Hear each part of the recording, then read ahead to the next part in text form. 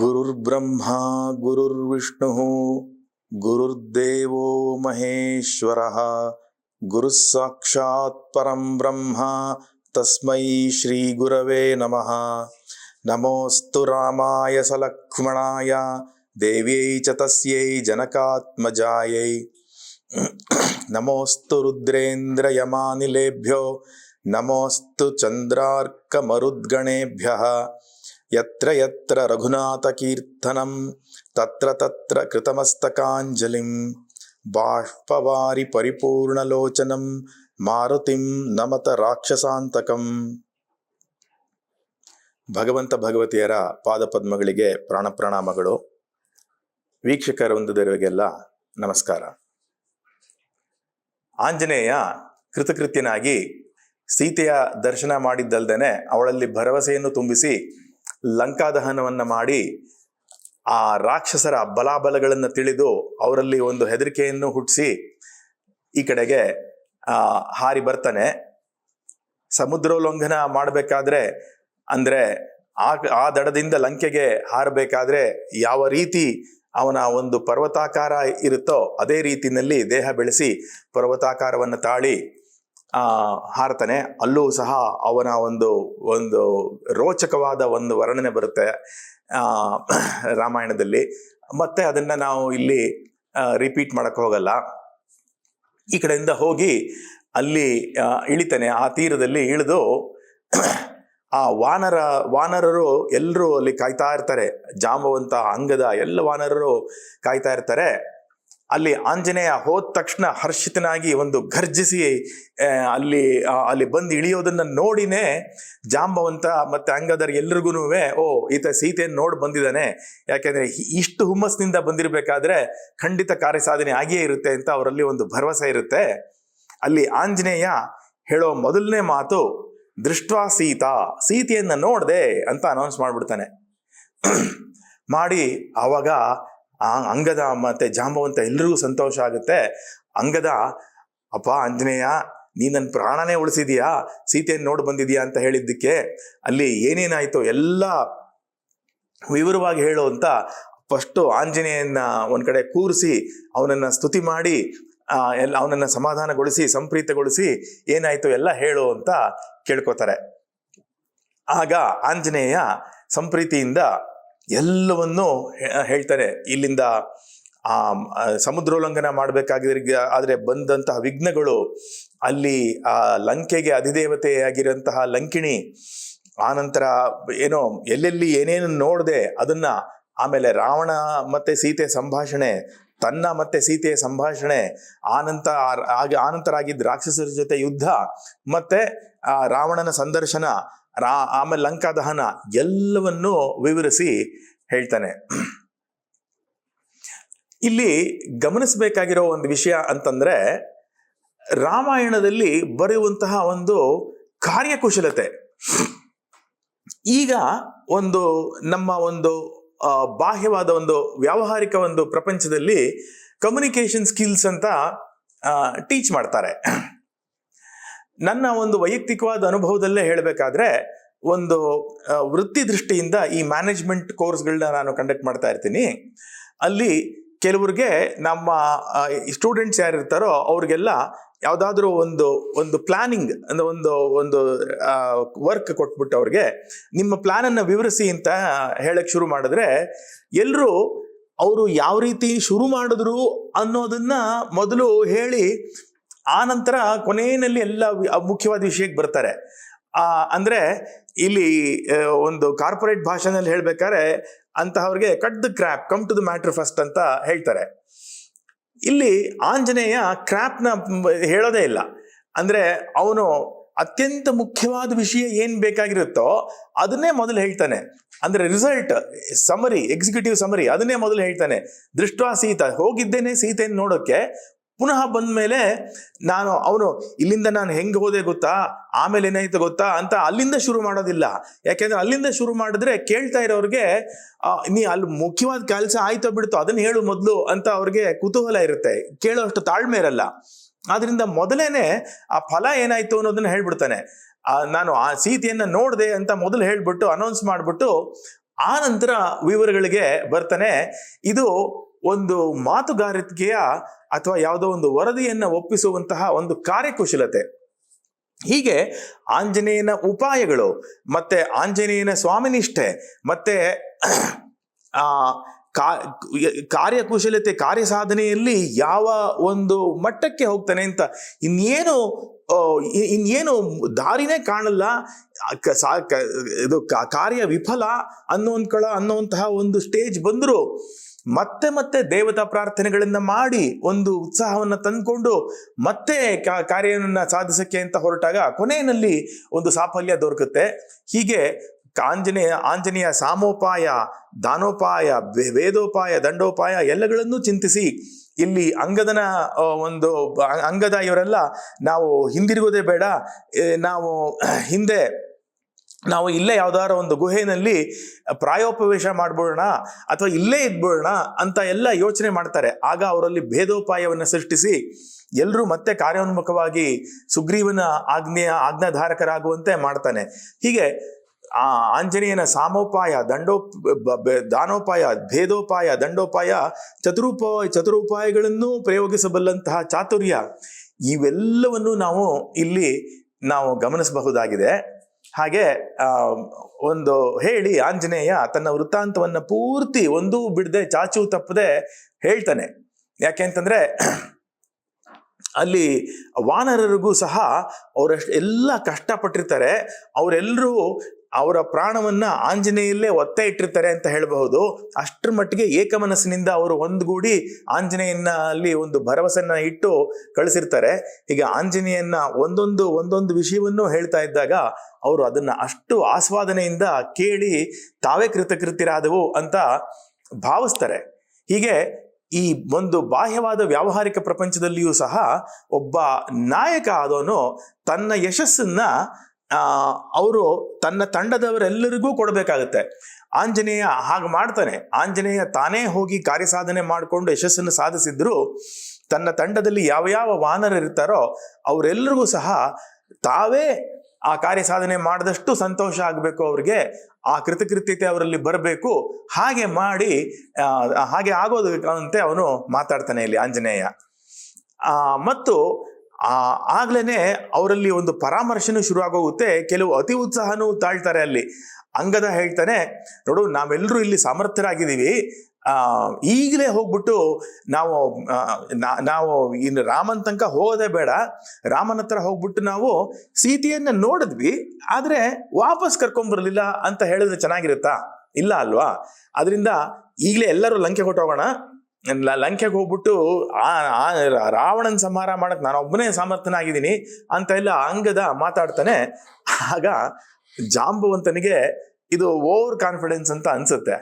ಆಂಜನೇಯ ಅವನನ್ನ ಸ್ವಲ್ಪ temper down ಮಾಡ್ತಾನೆ.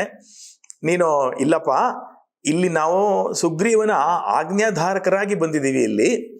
ಇಲ್ಲಿ ಆಜ್ಞೆ ಏನಿದೆ ಅಂತಂದ್ರೆ ನಮಗೆ ಸೀತೆಯನ್ನ ನೋಡ್ಕೊಂಡು ಬರೋದಷ್ಟು ಅಂತ ಆಗಿದೆ. ರಾವಣನ ಮೇಲೆ ಯುದ್ಧಕ್ಕೆ ಹೊರಟೋಗೋದು ಬಗ್ಗೆ ನಮಗೆ ಆಜ್ಞೆ ಇಲ್ಲ. ಆದ್ರಿಂದ ನಾವು ವಾಪಸ್ಸು ಹೋಗ್ಬಿಟ್ಟು ಈ ವಿಷಯವನ್ನ ವರದಿ ಮಾಡೋಣ ಸುಗ್ರೀವನಲ್ಲಿ, ಆನಂತರ ಅವನೇನ್ ಹೇಳ್ತಾನೋ ಹಾಗೆ ಮಾಡೋಣ ಅಂತ ಜಾಂಬವಂತ ಹೇಳ್ತಾನೆ. ಇಲ್ಲೂ ಸಹ ನಾವು ಗಮನಿಸಬೇಕು, ಆಂಜನೇಯನ ಕುಶಲತೆಯಲ್ಲಿ ಮತ್ತೆ ಅಂಗದನ ಯೋಚನೆಯಲ್ಲಿ ಆಂಜನೇಯ ಸೀತಾ ದರ್ಶನ ಮಾಡಿದ ಮೇಲೆ ಒಂದು ಶತ್ರುವಿನ ಬಲಾಬಲಗಳನ್ನ ಅರಿಯೋಣ ಅಂತ ಅನ್ಕೋತಾನೆ.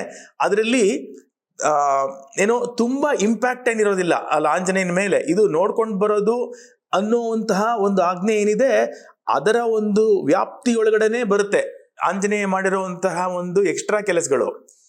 ಆದ್ರೆ ಅಂಗದ ಸೀತೆಯನ್ನ ವಾಪಸ್ಸು ತಂದ್ಬಿಡೋಣ ಅಂತ ಹೇಳಿದಾಗ ಆ ಆಜ್ಞೆಯ ವ್ಯಾಪ್ತಿ ಏನಿರುತ್ತೆ, ಸುಗ್ರೀವ ಕೊಟ್ಟರು ಆಜ್ಞೆಯ ವ್ಯಾಪ್ತಿ ಏನಿರುತ್ತೆ ಆ ವ್ಯಾಪ್ತಿಯನ್ನ ಮೀರಿದ್ದಾಗಿರುತ್ತೆ.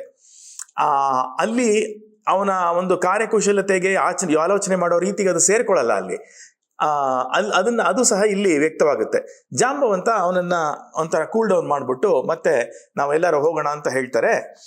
ಅಲ್ಲಿ ಪುನಃ ಕಿಷ್ಕಿಂಧೆಗೆ ಮರಳಬೇಕಾದ್ರೆ ಅಲ್ಲಿ ಆ ವಾನರ ರಾಜರೇ ಅಲ್ಲಿ ಮೇಂಟೈನ್ ಮಾಡ್ತಾ ಇರುವಂತಹ ಒಂದು ಮಧುವನ ಅಂತ ಇರುತ್ತೆ. ಅಲ್ಲಿ ನಾನಾ ರೀತಿ ಫಲಗಳು, ಒಂದು ಮಧುನು ಅಲ್ಲಿ ಇರುತ್ತೆ. ಅಲ್ಲಿ ಹೋಗ್ತಾರೆ ಇವರು ವಾನರರು. ಅಲ್ಲಿ ಆ ಮಧುವನ್ನ ದಧಿಮುಖ ಅನ್ನೋ ಒಬ್ಬ ವಾನರ ರಕ್ಷಿಸ್ತಾ ಇರ್ತಾನೆ. ಅಲ್ಲಿ ಕಾವಲ್ಗಾರರು ಇವ್ರನ್ನೆಲ್ಲ ತಡಿತಾರೆ. ಇಲ್ಲಿ ರಾಜನ ಆಜ್ಞೆಯಲ್ಲಿ ಅನುಮತಿ ಇಲ್ಲ, ನೀವು ಇಲ್ಲಿ ಪ್ರವೇಶ ಮಾಡೋ ಹಾಗಿಲ್ಲ ಅಂತ. ಆದ್ರೆ ಆ ವಾನರರು ಅಂಗದನ ಸಹಿತವಾಗಿ ಆ ವಾನರ ಯಾರು ಅದನ್ನು ಲೆಕ್ಸಲ್ಲ. ಆ ದಧಿಮುಖ ಅನ್ನೋನ್ಗೆ ಚೆನ್ನಾಗಿ ಏಟ್ ಕೊಟ್ಟು, ಅಲ್ಲಿ ಯಾರು ಕಾವಲ್ಗಾರಿದಾರೋ ಅವ್ರಿಗೆಲ್ಲ ಚೆನ್ನಾಗಿ ಏಟ್ ಕೊಟ್ಟು ಇವರು ಆ ಮಧುವನಲ್ಲಿರೋ ಹಣ್ಣುಗಳು ಎಲ್ಲವನ್ನೂ ಅವರು ಭಕ್ಷಿಸಿ ಅದರಿಂದ ಒಂದು ಮತ್ತರಾಗಿರ್ತಾರೆ. ಅದನ್ನ ಆಗ ದಧಿಮುಖ ಅನ್ನೋನು ಓಡ್ ಬರ್ತಾನೆ ಏಟ್ ತಿನ್ಕೊಂಡು ಸುಗ್ರೀವನ ಹತ್ರ, ನೋಡಿ ಈ ತರ ನೀನಾಗ್ಲಿ ವಾಲಿ ಆಗ್ಲಿ ಯಾರು ಅನುಮತಿ ಕೊಟ್ಟಿರ್ಲಿಲ್ಲ ಅದನ್ನ ಪ್ರವೇಶ ಮಾಡಿ ಅಲ್ಲಿರೋದನ್ನೆಲ್ಲ ಅನುಭವಿಸೋದಕ್ಕೆ. ಆದ್ರೆ ಈಗ ವಾನರರು ಅಲ್ಲಿರೋ ಹಣ್ಣುಗಳನ್ನೆಲ್ಲ ಸಂಪೂರ್ಣವಾಗಿ ಭಕ್ಷಿಸಿ ಅದನ್ನ ನಾಶ ಮಾಡ್ಬಿಟ್ಟಿದ್ದಾರೆ ಅಂತ. ಅದನ್ನ ಕೇಳ್ತಾ ಇರೋ ಹಾಗೇನೆ ಸುಗ್ರೀವನ್ಗೆ ಗೊತ್ತಾಗುತ್ತೆ, ಓಹೋಹೋ ಇವರು ಕಾರ್ಯದಲ್ಲಿ ಸಫಲತೆಯನ್ನ ಹೊಂದಿ ಬಂದಿದ್ದಾರೆ, ಇಲ್ಲ ಅಂತಂದ್ರೆ ಇಷ್ಟೆಲ್ಲ ಅವ್ರು ಮಾಡ್ತಾ ಇರಲಿಲ್ಲ ಅಂತ ಹೇಳ್ಕೊಂಡು ದಧಿಮುಖನಿಗೆ ಹೇಳ್ತಾರೆ, ನೋಡು ಆ ವಾನರರು ಸೀತಾನ್ವೇಷಣೆಗೆ ಅಂತ ಹೋಗಿದ್ರು, ಅವರು ತಮ್ಮ ಕಾರ್ಯದಲ್ಲಿ ಸಫಲರಾಗಿ ಬಂದಿದ್ದಾರೆ ಅಂತ ಕಾಣುತ್ತೆ. ಇಲ್ಲದೆ ಹೋದ್ರೆ ಅವರು ಇಷ್ಟೆಲ್ಲ ಧೈರ್ಯ ಮಾಡ್ತಾ ಇರಲಿಲ್ಲ. ಹೀಗಾಗಿ ಅವ್ರನ್ನ ನಾನು ಕ್ಷಮಿಸಿದ್ದೀನಿ, ನೀನು ಹೊರಡು ಪರವಾಗಿಲ್ಲ ಅಂತ ಹೇಳಿ ದಧಿಮುಖನ್ನ ಕಳಿಸ್ಕೊಡ್ತಾರೆ. ಅಷ್ಟರಲ್ಲಿ ವಾನರರು ಹರ್ಷೋದ್ಗಾರಗಳಿಂದ ಒಂದು ಗರ್ಜನೆ ಎಲ್ಲ ಮಾಡಿಕೊಂಡು ಬರ್ತಾರೆ. ಅವರನ್ನ ಬರ್ತಾ ಇರೋ ರೀತಿನಲ್ಲೇನೆ ಸುಗ್ರೀವ ಅಷ್ಟು ದೂರದಿಂದನೇ ಊಹೆ ಮಾಡಿ ರಾಮನಿಗೆ ಹೇಳ್ತಾನೆ, ರಾಮ ಇನ್ನೂ ಶೋಕತಪ್ತನಾಗಿರ್ಬೇಕಾಗಿಲ್ಲ, ನೀ ಇನ್ನು ಯೋಚನೆ ಮಾಡ್ಬೇಕಾಗಿಲ್ಲ, ನೀನ್ ಸಮಾಧಾನವಾಗಿರೋ, ನೀನು ಅವರು ಸೀತೆಯನ್ನ ಕಂಡೇ ಬಂದಿದ್ದಾರೆ ಅಂತ ಹೇಳ್ತಾರೆ.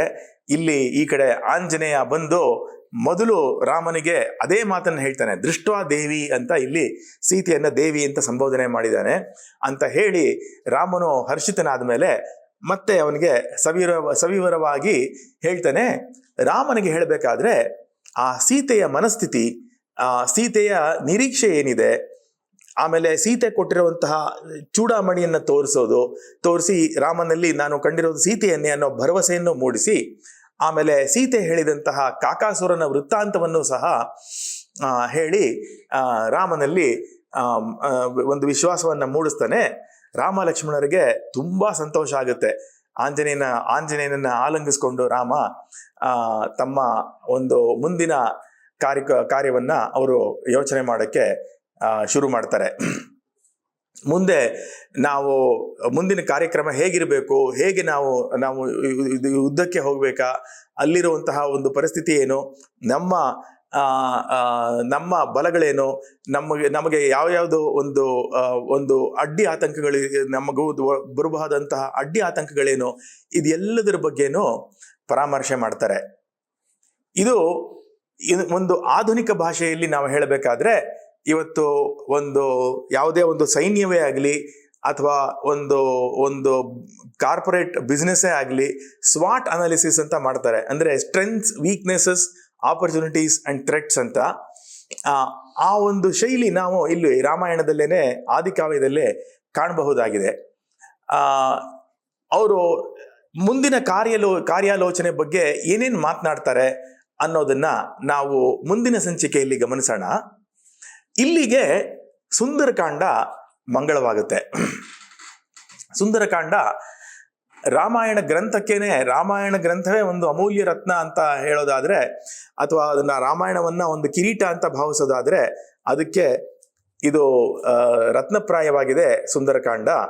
ಇದರಲ್ಲಿ ಆಂಜನೇಯನ ಸೌಂದರ್ಯ ಬರುತ್ತೆ. ಆಂಜನೇಯನ ವ್ಯಕ್ತಿತ್ವದ ಸಂಪೂರ್ಣವಾದ ಮೆರುಗು ಇಲ್ಲಿ ವ್ಯಕ್ತವಾಗಿದೆ. ಅದೇ ರೀತಿ ಶ್ರೀರಾಮಚಂದ್ರನ ಸ್ವರೂಪ ವರ್ಣನೆ ಅತ್ಯಂತ ವಿಪುಲವಾಗಿ ಮನಮೋಹಕವಾಗಿ ಇಲ್ಲಿ ವ್ಯಕ್ತವಾಗಿದೆ. ಇಂತಹ ಒಂದು ಶ್ರೀರಾಮನ ವ್ಯಕ್ತಿತ್ವದ ವರ್ಣನೆಯನ್ನ ನಾವು ಮನಸ್ಸಿಗೆ ತುಂಬಿಸಿಕೊಂಡು ಅದು ನಮ್ಮನ್ನ ಅಂತರ್ಮುಖವಾಗಿ ಶ್ರೀರಾಮನ ವ್ಯಕ್ತಿತ್ವವನ್ನು ನಮ್ಮಲ್ಲಿ ತುಂಬಿಳಿಸ್ಕೊಳ್ಳುವಂತೆ ಮಾಡಿ ನಮ್ಮನ್ನ ಅದು ಧ್ಯಾನ ಪರವಾಗಿ ಮಾಡುತ್ತೆ. ಅಂತಹ ಒಂದು ಶ್ರೀರಾಮಚಂದ್ರನ ಒಂದು ವ್ಯಕ್ತಿತ್ವವನ್ನು ನಾವು ಮನಸ್ಸಿಗೆ ತಂದುಕೊಂಡು ಧ್ಯಾನ ಮಾಡೋದಾದ್ರೆ ಅದರಂತಹ ಅಲ್ಲಿ ಒಂದು ಸೌಂದರ್ಯ ಬೇರೆಲ್ಲಿ ಸಿಗುತ್ತೆ. ಹೀಗೆ ಈ ಸುಂದರಕಾಂಡವನ್ನ ಪಾರಾಯಣಕ್ಕೆ ನಾನಾ ರೀತಿಯಾದ ವಿಧಿಯನ್ನು ಸಹ ಹೇಳಿದ್ದಾರೆ. ನಾವು ಈ ಒಂದು ಮಾಲೆಯ ಆರಂಭದಲ್ಲೇ ನೆನಪಿಸ್ಕೊಂಡಿದ್ವಿ, ರಾಮಾಯಣ ಅನ್ನೋದು, ರಾಮಾಯಣ ಅನೇಕ ಆರ್ಷ ಸಾಹಿತಿಗಳಂತೆ ಸುಮ್ಮನೆ ಮನೋರಂಜನೆಗಾಗಿ ಇರುವಂತಹ ಒಂದು ಟೈಮ್ ಪಾಸ್ಗಿರುವಂತಹ ಗ್ರಂಥ ಅಲ್ಲ, ಅದು ಮಂತ್ರ ರೂಪವಾಗಿದೆ. ಆ ರಾಮಾಯಣ ಒಂದು ಗಾಯತ್ರಿ ಮಂತ್ರದ ಒಂದು ವಿಸ್ತಾರವಾಗಿದೆ ರಾಮಾಯಣ ಗ್ರಂಥ ಅನ್ನೋದು. ಹೀಗಾಗಿ ಅದನ್ನ ನಾನಾ ಫಲಗಳಿಗಾಗಿ ಬೇರೆ ಬೇರೆ ವೃತ್ತಾಂತಗಳನ್ನ ಯಾವ ರೀತಿಯಲ್ಲಿ ಅನುಸಂಧಾನ ಮಾಡಬೇಕು ಅಂತ ಇಡೀ ರಾಮಾಯಣದ ಬಗ್ಗೆನೇ ಪದ್ಮಪುರಾಣದಲ್ಲಿ ಮತ್ತು ಅನೇಕ ಗ್ರಂಥಗಳಲ್ಲಿ ಅದನ್ನ ಯಾವ್ಯಾವ ಫಲಗಳಿಗಾಗಿ ಯಾವ್ಯಾವ ರೀತಿ ಅದರ ಪಾರಾಯಣ ವಿಧಿ ಇದೆ ಅನ್ನೋದನ್ನ ಹೇಗೆ ನಿರ್ದೇಶಿಸಲ್ಪಟ್ಟಿದೆಯೋ ಹಾಗೇನೆ ಸುಂದರಕಾಂಡದಲ್ಲಿಯೂ ಸಹ ಯಾವ ಯಾವ ಫಲಗಳಿಗಾಗಿ, ದುಸ್ವಪ್ನ ನಿವಾರಣೆಗಾಗಿ, ಗ್ರಹಪೀಡ ನಿವಾರಣೆಗಾಗಿ, ಅಥವಾ ಇನ್ಯಾವುದಾದ್ರೂ ಮದ್ದು ಮಾಟ ಇತ್ಯಾದಿಗಳಾಗಿದ್ರೆ ಅದರ ನಿವಾರಣೆಗಾಗಿ, ಹೀಗೆ ಪುರುಷಾರ್ಥ ಪ್ರಾಪ್ತಿಗಾಗಿ, ಮೋಕ್ಷ ಪ್ರಾಪ್ತಿಯಾಗಿ ಯಾವ ರೀತಿಯಲ್ಲಿ ಕಾಂಡವನ್ನು ಪಾರಾಯಣ ಮಾಡಿ ಅದರ ಫಲಗಳನ್ನು ಪಡಿಬಹುದು ಅನ್ನುವಂತಹ ಒಂದು ವಿವರಣೆಯೂ ಸಹ ಅನೇಕ ಪುರಾಣಗಳಲ್ಲಿ ಬರುತ್ತೆ. ಇದನ್ನ ನಾವು ಸುಂದರಕಾಂಡದ ಆರಂಭದಲ್ಲೇ ಇದನ್ನ ನೆನಪಿಸ್ಕೊಂಡಿದ್ವಿ. ಅದರಿಂದ ಮತ್ತೆ ಅದನ್ನ ಪುನರಾವರ್ತನೆ ಮಾಡಕ್ಕೆ ಹೋಗ್ದೇನೆ ಅಂತಹ ಒಂದು ಮಹಿಮಾನ್ವಿತವಾದ ಕಾಂಡವಾಗಿದೆ ಈ ಸುಂದರಕಾಂಡ ಅಂತ ಮತ್ತೆ ಮತ್ತೆ ಸಂತೋಷದಿಂದ ಜ್ಞಾಪಿಸ್ಕೊಂಡು ಈ ಒಂದು ಮಾಲಿಕೆಯನ್ನ ಇಲ್ಲಿಗೆ ಮಂಗಳ ಮಾಡ್ತೇನೆ.